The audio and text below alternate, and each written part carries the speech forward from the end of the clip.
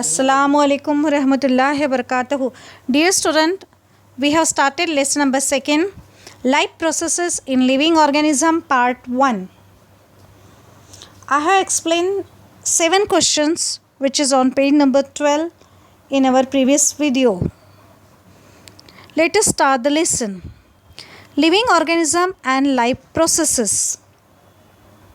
Digestion, respiration, excretion, transportation, reproduction and control system. Control system means nervous system are some of the processes that help the living being to sustain. To sustain means to live. These processes that are common to all living beings are called as the life processes.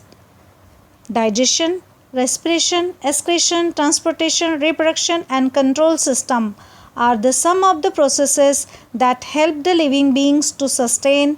These processes that are common to all living beings are called as the life processes. Various life processes work together and help in maintaining the life. Work together यानी एक organism में, living organism में ये सारे life processes work together एक साथ काम करते हैं and help in maintaining the life.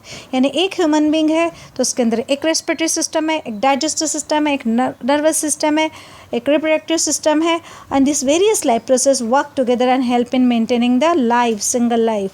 Various organ system are continuously performing their function in human body. Different organs होते हैं, different organ system में different organ होते हैं, they perform their function in human body. Along with the various life process, different external and internal organs are performing their function independently. सारे organ जो है अपना काम independently करते रहते हैं but through a complete coordination. उनके बीच में कोऑर्डिनेशन होना ज़रूरी है. जैसे डाइजेस्टिव सिस्टम है तो डाइजेस्टिव सिस्टम के जो डिफरेंट ऑर्गन है, mouth, oesophagus, stomach, small intestine, large intestine, ये जो है इंडिपेंडेंटली अपना काम बराबर करते रहते हैं. स्टमक अपना चर्निंग करेगा, डाइजेस्ट तो जूस मिक्स करेगा, स्मॉल इंटेस्टाइनल जूस मिक्स करती है, सब अपना काम बराबर करते हैं बट थ्रू कंप्लीट कोऑर्डिनेशन में कोऑर्डिनेशन होना ज़रूरी है. दिस सिस्टम आर मोर और less same in all the organism. The see, those are in need of continuous source of energy. For this purpose, carbohydrate, fat and lipid are the main source of this energy and it is harvested by the mitochondria present in the each cell. तो body को जो energy चाहिए ये carbohydrate, fats और lipid से मिलती है और ये हार्वेस्टेड होती है माइटोकॉन्ड्रिया के अंदर. माइटोकॉन्ड्रिया को powerhouse of the cell कहा जाता है. माइटोकॉन्ड्रिया के अंदर है जो रिएक्शन होती है, जो कार्बोहाइड्रेट यानी type of glucose is a type of carbohydrate. तो ये जो है इट इज़ ग्लूकोज जो अपन ऑक्सीजन इनहेल करते हैं वो ऑक्सीजन उसमें मिक्स होता है और रिएक्शन में कार्बन डाइऑक्साइड, वाटर और एनर्जी रिलीज होती है. इसलिए माइटोकॉन्ड्रिया को जो है powerhouse of the cell कहा जाता है. तो this carbohydrate, fat and lipid are the main source of energy. It is harvested by the mitochondria present in each cell. Mitochondria के अंदर जो है एनर्जी बनती है, powerhouse of the cell कहा जाता है. ऑक्सीजन यूज़ होता है ये प्रोसेस में, carbohydrate and oxygen. It is not like that only food stuff is sufficient for energy production but oxygen is also necessary. सिर्फ फूड स्टफ ज़रूरी नहीं है. कार्बोहाइड्रेट की रिएक्शन ऑक्सीजन से जब होती है तब एनर्जी प्रोडक्शन होता है माइटोकॉन्ड्रिया के अंदर. तो oxygen is also necessary for the production of energy. Energy production के लिए सिर्फ कार्बोहाइड्रेट, फैट, लिपिड ज़रूरी नहीं है, तो ऑक्सीजन भी ज़रूरी है. All this that is food stuff and oxygen are transported up to the cell via circulatory system. और ये फूड स्टफ और ऑक्सीजन जो ट्रांसपोर्ट करते हैं ईच एंड एवरी सेल को, ये सर्कुलेटरी सिस्टम के थ्रू यानी ब्लड के थ्रू ट्रांसपोर्ट होता है. जो है न्यूट्रिएंट अपन जो खाते हैं वो डाइजेशन के बाद में जो सोलुबल सब्सटेंस भर के ब्लड में मिक्स हो जाता है और ऑक्सीजन भी जो अपन इनहेल करते हैं प्योर ब्लड में वो ऑक्सीजन जो है ऑक्सीजनेटेड ब्लड में मिक्स हो जाता है और वो ईच एंड एवरी सेल को जो है सर्कुलेटरी सिस्टम जो है ऑक्सीजन और फूड स्टफ्स ट्रांसपोर्ट करती है. Beside it is coordinated by the control system of the body. और इसको पूरा कंट्रोल और कोऑर्डिनेशन जो है ब्रेन के थ्रू होता है. ब्रेन, स्पाइनल कॉर्ड और नर्व्स कंट्रोल और कोऑर्डिनेशन का काम करते हैं. Each life processes contribute in its own way in the process of energy production. and energy production में सब contribute कर रहे हैं. सर्कुलेटरी सिस्टम, डाइजेस्टिव सिस्टम और ये कंट्रोल एंड कोऑर्डिनेशन हो रहा है नर्वस सिस्टम से. और जो है उसके बाद में जो है वेस्ट मटेरियल जो है वो एक्सक्रीटरी सिस्टम को चला जाता है. तो functioning of all these life processes also require the energy. और ये सारी processes digestion के लिए, excretion के लिए, circulation के लिए भी energy चाहिए. Energy production इसके लिए भी ज़रूरी है.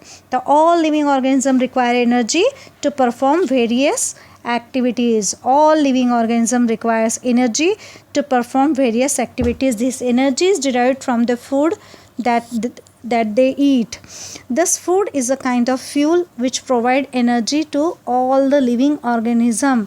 Food contains several components called as nutrient. In the food there are several components. They are called as nutrient. The nutrient, based on their function, nutrients are divided into three types. Energy giving nutrients, carbohydrate and fats is called as energy giving nutrient. Body building nutrient, protein is called as body building nutrient. Protective and regulating nutrients, vitamins and minerals are called as protective and regulating nutrient. The human and other animal consume the fruits and vegetable. Fruits and vegetable खाते हैं अपन. fruits और vegetables से अपने को vitamins और minerals मिलते हैं. Plants are autotrophic, they prepare their own food, they utilize some of the food from themselves, whereas remaining food is stored in various parts like fruits, leaves, stem, root, etc.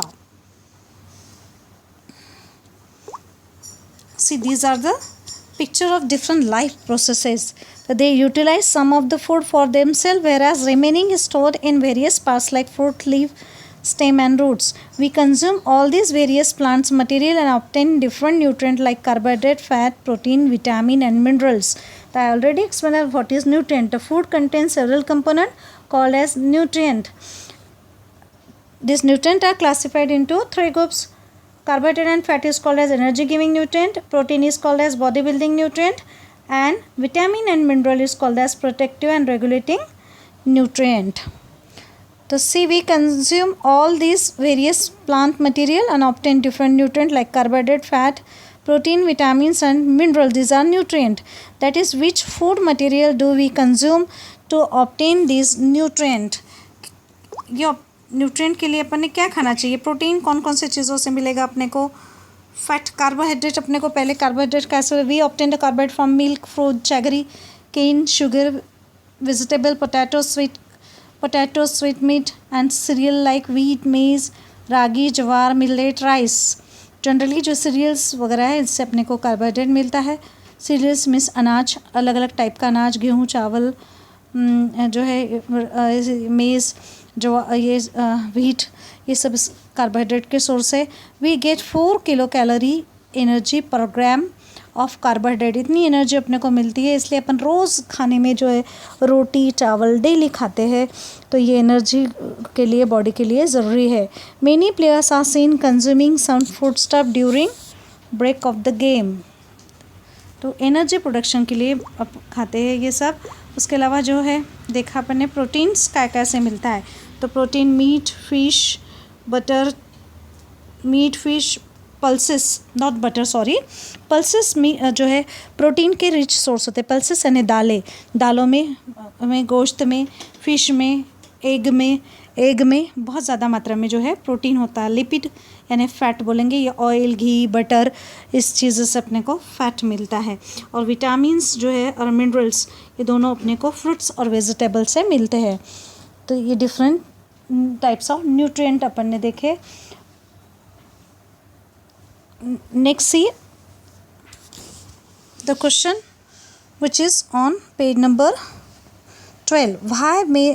Why may be the player consume these foodstuffs? क्यों खाते हैं foodstuffs? तो many player are seen consuming some foodstuff during break of the game to obtain energy. They eat this food to obtain energy. We get 4 kilocalorie energy per gram from of carbohydrate. Carbohydrate से 4 kilogram जो है अपने को पर ग्राम 4 kilocalorie energy मिलती है. इसलिए जो है प्लेयर्स वगैरह कंज्यूम करते हैं, फूड स्टफ बीच में खाते हैं, जिसके वजह से उनको बॉडी में एनर्जी मिलती है, थकते नहीं है. Understood students?